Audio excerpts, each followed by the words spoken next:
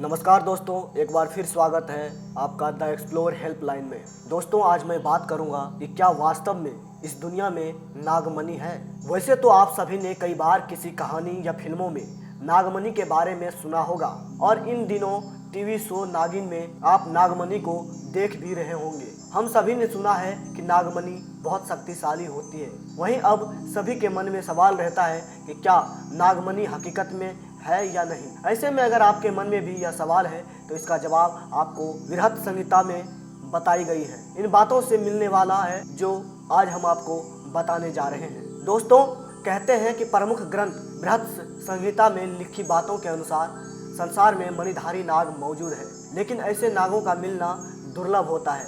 इस कारण से नागमणि का मिलना भी नामुमकिन होता है। कहते हैं मणिधारी नाग नहीं होते, लेकिन ऐसा नहीं है, वह दुर्लभ है, इस कारण ऐसा कहा जाता है। इसी के साथ बृहत संहिता में लिखा है सर्पमणि, जिसे नागमणि भी कहते हैं। यह विशेष नाग के सिर पर स्थित होती है। इसी के साथ कहा गया है कि नागमणि में इतनी चमक होती है, जहाँ यह होती है वहाँ आसपास तेज रोशनी फैल जाती है और नागमणि मोर के कंठ के समान और अग्नि के समान चमकीली दिखती है। इसी के साथ कहा जाता है कि नागमणि अन्य मणियों से अधिक प्रभावशाली और अलौकिक मानी जाती है। यह मणि जिसके पास होती है उस पर विष का प्रभाव नहीं होता और उसे बीमारियों से छुटकारा मिल जाता है। इसी के साथ इस बारे में वाराहमिहिर बता चुके हैं कि जिस राजा के पास यह मणि होती है वह शत्रुओं पर विजय प्राप्त कर सकता है।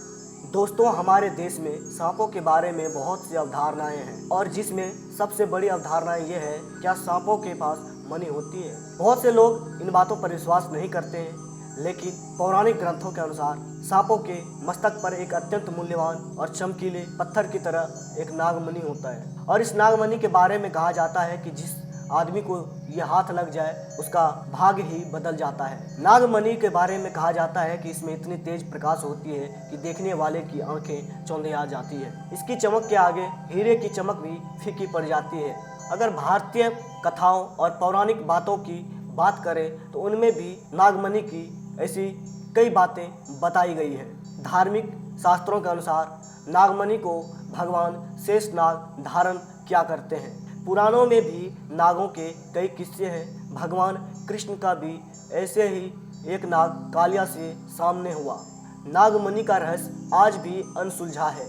आम जनता में यह बात प्रचलित है कि कईयों ने यह नाग देखे हैं जिनके सर पे मणि थे, लेकिन यह मणि सिर्फ विशेष नागों के सर पे ही होता है। नागमणि अन्य मणियों के तुलना में अधिक शक्तिशाली माना जाता है और यह जिसके पास होता है वह रोग मुक्त होता है। कहा जाता है कि जब एक नाग को 100 साल पूरा हो जाता है तो उसके अंदर यह नागमणि आ जाती है और यह नागमणि आ जाने के बाद वो नाग किसी भी रूप को धारण कर सकता है, यानी कि वह इच्छाधारी नाग बन जाता है। जब तक उस नाग के पास यह मणि होता है तब तक उसकी मृत्यु नहीं हो सकती। कहा जाता है जब मणि को नाग से अलग किया जाता है उसी पर उसकी मृत्यु हो जाती है। लेकिन क्या वास्तविक में नागों के पास नागमणि होती है या फिर यह सिर्फ एक कल्पना मात्र है? यह आज भी एक रहस्य बनकर रह गया है। काला नाग जो नागमणि धारण करता है वह नाग परिवार के वासुकी वंश का है। यह प्रजाति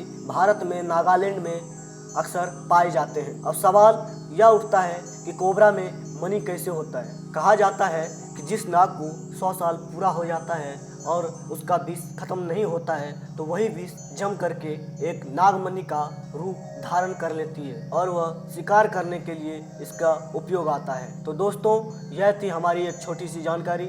हमें उम्मीद है कि आपको हमारी वीडियो पसंद आएगा। अगर वीडियो पसंद आए तो वीडियो को लाइक और सब्सक्राइब जरूर करें।